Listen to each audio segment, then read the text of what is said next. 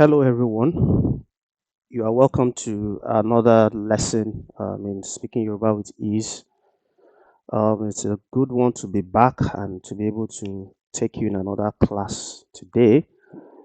And for today, we are going to be treating an interesting topic in Yoruba, which has to do with asking questions. Asking questions. So we're going to go through everything we need to know, all the basics, and I believe that at the end of this class, you should be able to put together simple questions with the different keywords that we have. Please don't forget to like and subscribe and also tell somebody about the video, share it. Our aim is to help you to learn in such a way that you can figure out things yourself and you can put the words together and be able to make sentences that make sense and communicate in Yoruba.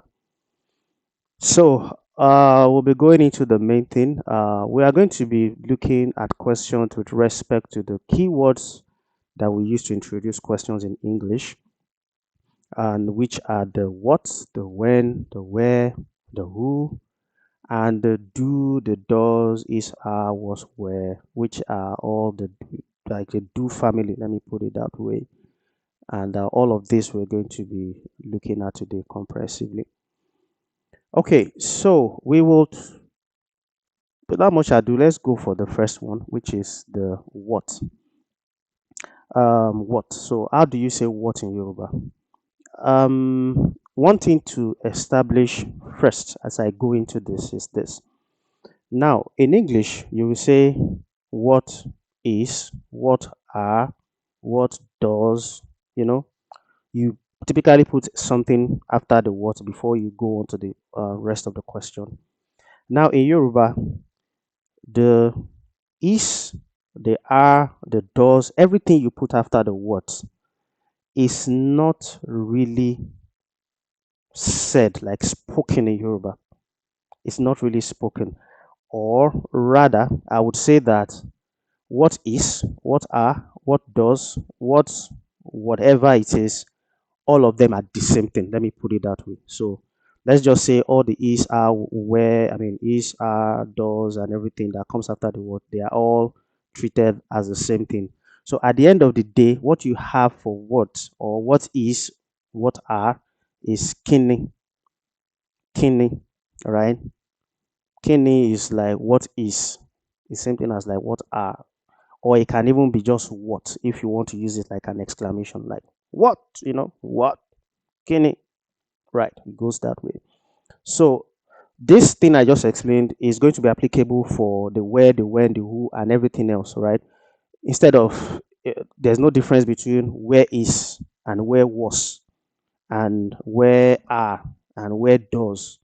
Everything is the same thing. Once you know what that where is, just take it to be where is, where are. It's the same thing. So when you are looking at the words, don't try to the best way you can do it is not to find something to replace that is or are or does and all those kind of things. Don't think about it. Just once you know where what or when or who is, that is just enough for you. You are going to see this more when we go on. So what is kini? Like I said, the sign, the tone for that is mire. So note that. You need to speak it with the right tone. So kini is not the same thing as kini or kini.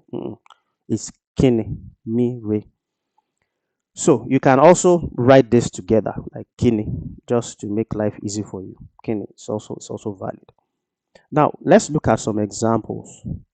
What are you doing? Now, the first thing you need to know here is that we are going to replacing what. Actually, what are with kini. The whole of what are is kini. You get the point now. So what you need to just figure out now is the you doing, right? You doing. So kini, blah blah blah. Now, how do we say do in Yoruba? Do is she. Do is she. If you've seen some of our other videos where we talked about continuous tenses, you would have noticed that when you have a continuous tense, which means ing, doing, going, seeing, sleeping, and all of that, you would add an end sound before you say the verb. So what are you doing? You doing will be you is o on she. That will be you doing right now. On she. On she that because of the ing, right? On she. She is do, right? So it's like what are you ing do? Like, I mean, this is just me using that to explain. Instead of doing, it's like ing do. Ing being you don't understand now. So ing do. She. So she. That O is you. She is doing or ing do, so to speak, right? So what are you doing will be kini she. Kini she. I think that is pretty straightforward. So you can see that your kini has replaced your what are, right?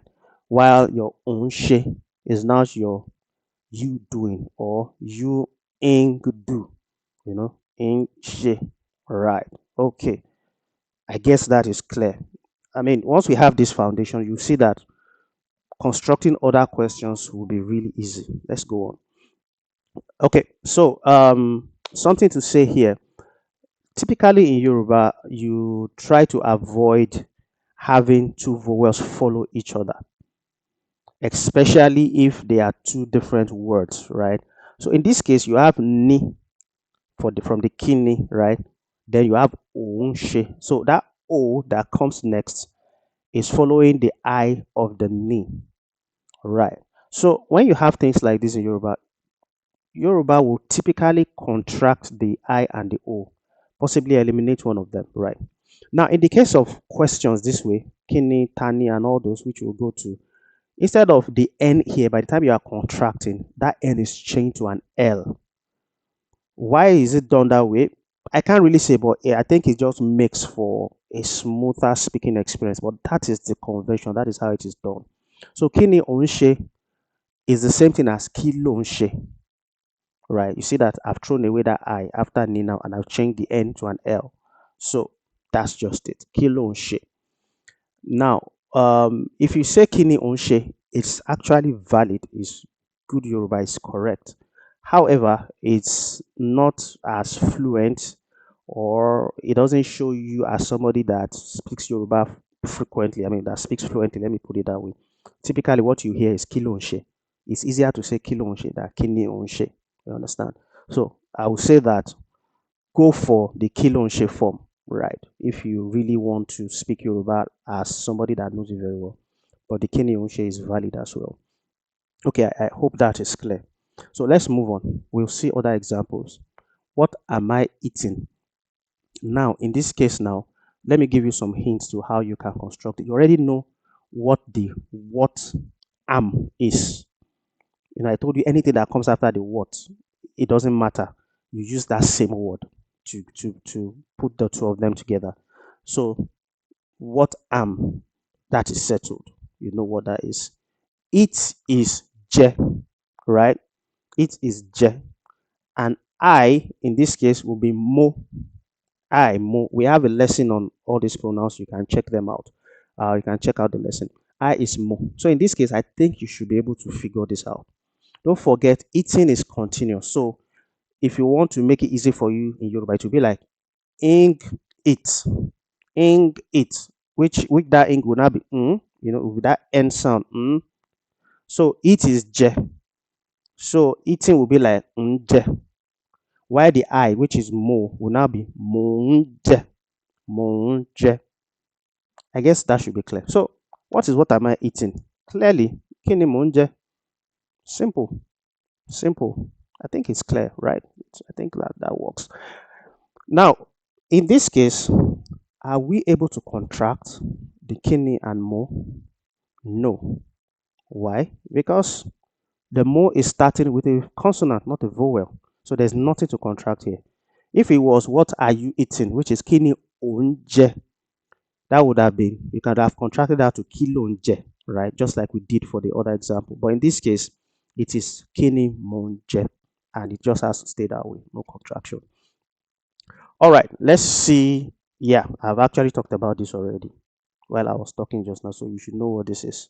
What are you eating? Simple. Kilo onje. I didn't put the kini onje version again since we said this is the best way to say it. So kilo onje, and that's it. Okay. I think we are good with what right now.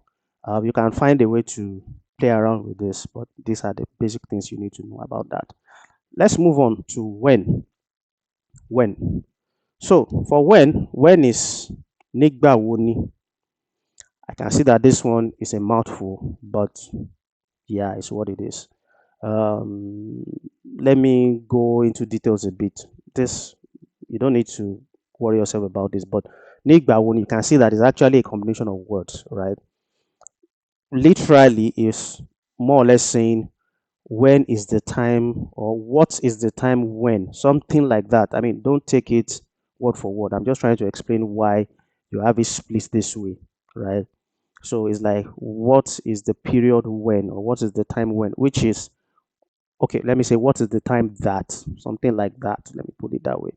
But don't stress yourself when you say when is, when are, when does, when just say nigba wo ni.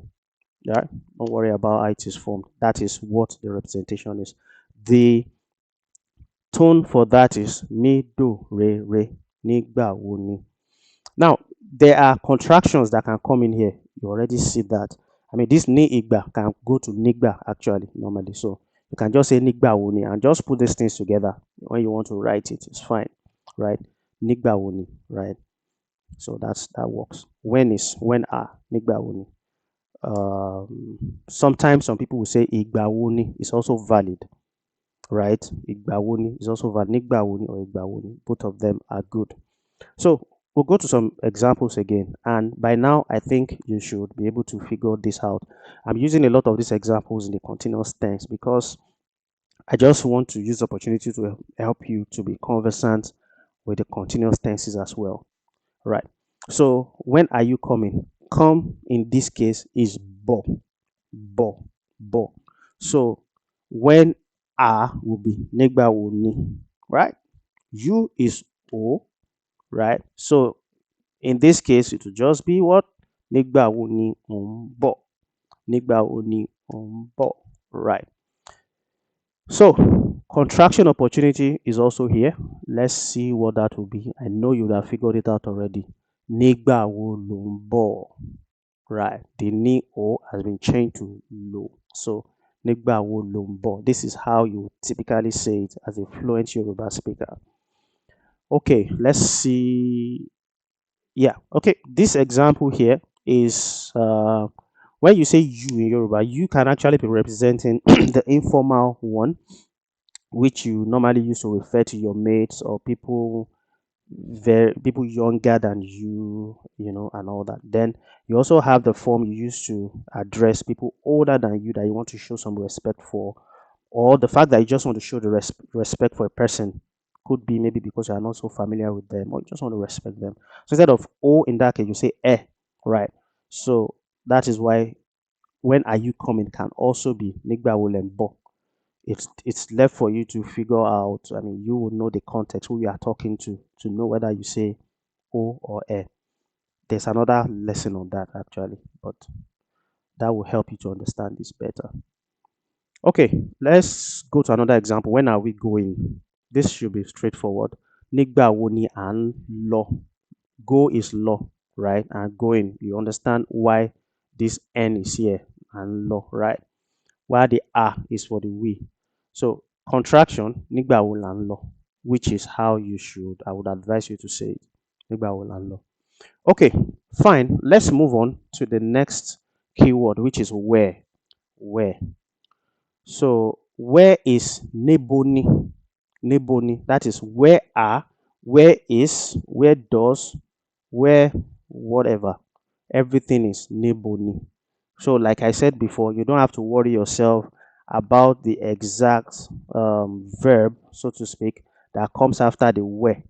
So if it's where is, it's Niboni. If it's where are, it's Niboni. If it's where does, it's Niboni. If it's where anything, it's Niboni. Okay. The tone for that is mi, re, re, ni, bo, ni, mi, re, re, which is actually a contraction of ni, ibo, ni. But it's all good. Niboni, just know niboni, where, and you are good. Um, Also, you can hear somebody say nibo.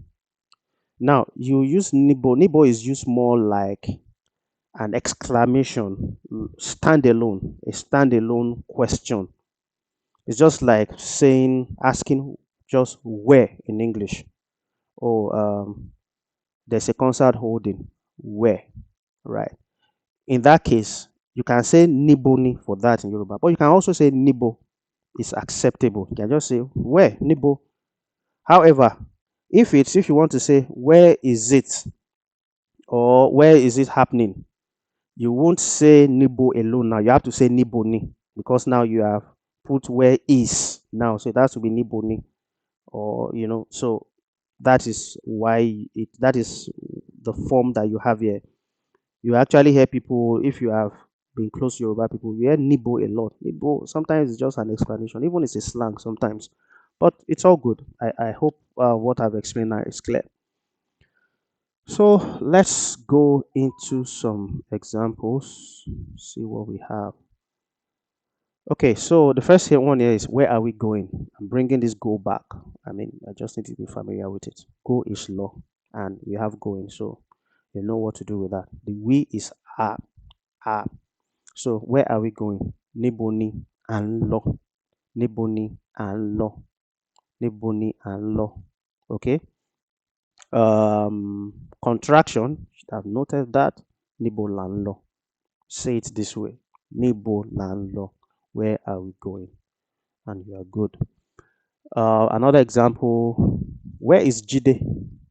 Where is Jide? Jide is a very common name in Yoruba. Where is Jide? Níbo ni Jide wà? Okay, so I think in this case you can ask me that why is the wa at the back right there? Why not Níbo ni Jide? Well, when you are constructing a question in this way, Yoruba, when you are asking for where somebody is or where something is or where someone is, you actually put this wa at the back. Níbo ni Jide wà? You won't say Níbo ni Jide. You are not talking about a place. I mean, it's a place, but you are not talking about maybe you are talking about the location. Yeah, let me put that way. You're talking about the location of something. When you are talking about the location of something, right?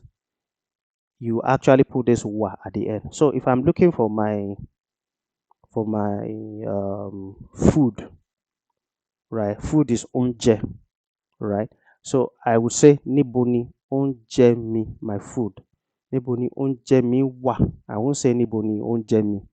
It doesn't sound good that way. It's not complete, right? I'm talking about where is the location of my food, right? Niboni onje mi wa. So in this case, you say niboni jide wa, right? If it's where is kunle, niboni kunle wa. Understand? So just note that. Note that. I believe we'll have other classes that look at things like this in a more comprehensive way. So let's move on to who now. To who. Now, in the case of who is, who are, who was, who does, everything is tani, tani, rere, tani, rere. It's as simple as that. So with this, I'll go to examples. Who is this? Who is this? Who is this? Now, what will this be? Tani eleyi. Tani eleyi. This in Yoruba is typically eleyi within some context. But when you are saying, what is this? What is this will be, don't forget, kini. Kini for what? Kini eleyi or kileleyi, right? So who is this? Tani eleyi or taleleyi, right? When you contract it. So eleyi is like this, right? Eleyi. So that's that. Let's move on again to another example. Who are you? Who are you? Who are you? Tanie. Simple. Tanie. a bit of digression. In Yoruba, normally, this when you say this is what who are you should be, but typically you don't want to. If you want to be polite to somebody, you don't want to say tanye. It sounds like you're just saying, "Hey, who are you?" Like, yeah, who are you? Who are you, by the way? Something like that. You can find other ways to say it if you want to say it in a polite manner, but it's actually valid. This is good Yoruba. This is what it is basically. Tanye, who are you? Right? You see that the who are is already the tani, and the you is just the air, and that is it. Very simple. Tanye. Another example, who is his father? Father is Baba, right? Father is Baba. So that's clear. Who is his father will be Tani Babae, not Babae. Babae will be who is your father, but Babae, do will be who is his father. Tani Babae. So that is his. Okay, so you can say who is his mother. Tani Mamae. Who is his elder brother. Tani Egbon. Right, something like that. So yeah, so let's move on to what do we have next. Yeah, now the do form. Don't forget I said the do is the same thing for are, is, where. So if you're asking a question like, do you want to do this? Are you going to do this? Is he coming? Was he going? All of those, they are represented by only one word in Yoruba, which I think is good. Makes it less complex. The word is she. She. Don't forget, we're asking questions here. So I want you to say, do you or something. Say, she. That do is just she, and that's all. So, like I said, it's the same thing for does, is, was, where, and all. So, let's look at some examples here as well. Are you going? Are you going? Simply, the are in this case is only the are you are changing to she. The you is still going to stay. The going is still going to stay. You need to interpret those as well. So, are you going will be she on lo or shown lo. She on lo or shown lo, right? Are you going? Let's see another example. Do you know? Do you know? No is mo. Mo. Yoruba mo. Me or. That is mo. Me or mo. So do you know will be she o mo or show mo. Show mo or she o mo. Don't forget contraction between she o. That's show. Yeah. So show mo. All right. So I think this will make it clear. You can, like I said, put your words together based on all these basic things and move on from there. Now, lastly, we talk about question based on inflection. This is not, there's nothing much to say here. It's just to explain that, just like in English, sometimes where you, instead of asking a question with those keywords, do, when, where, and all that, you can just make a statement, and based on the intonation of your voice and the context, the person will know you're asking a question. So instead of do you want meat, you can actually say you want meat, right? You want meat, okay? So based on that, you know the person asking a question. The same thing happens in Yoruba. Even though that is not the most elegant way to ask a question, it's better you ask it completely. So instead of show fair error or show fair error, you can say oferon. Oferon can be a statement. You want meat or you want meat. Now, it depends on the context for the person to know whether you're asking a question or not. Like I said, I won't really be asking a question this way because it can result in a confusion, but it also valid. So, how you ask based on inflection in English, you can also do the same in Yoruba. But I won't advise you do that a lot so that it doesn't create confusion. Okay, so this is basically what we have for the questions, and the next slide here is just a summary of all the keywords: what, kini, when, nigba, wuni, where, who, and do.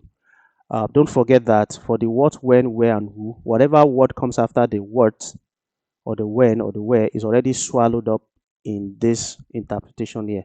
So what is kini, what are is kini, when is nigba, wuni, all the is and the are and all of that, they are actually standing as the ni that you have there. So what is kini? Even though there's nothing like key on its own, right? So that is why um, I didn't actually separate out the ni on its own, so to speak. But not to worry yourself. What is, what are, what was, kini? When is, when are, when was, when does, nigba wo ni? Where is everything? Níbo ni, right? And you cannot put the remaining words after that. Okay, so I think this should be it right now. I believe I've been able to explain to you how you can put your sentences, I mean, your questions together. I will advise you to do more of this. Listen to people more. When you listen to anything in Yoruba, try to pick out these things and try to talk to somebody as well. Practice, practice, practice. And also, don't forget to look at our other videos for some other basic things. All of them actually come together to give you a very good experience with understanding your Yoruba language. Don't forget to like, subscribe, share this video, tell people about this channel. Our aim is to teach you the basics very well. We don't really want you to be cramming things. We want you to be able to construct your own sentences by yourself. So a lot of contents are still coming up. We have some already. Please continue to watch out for this channel. Thank you very much, and everyone. I'll see you in the next video. Bye bye.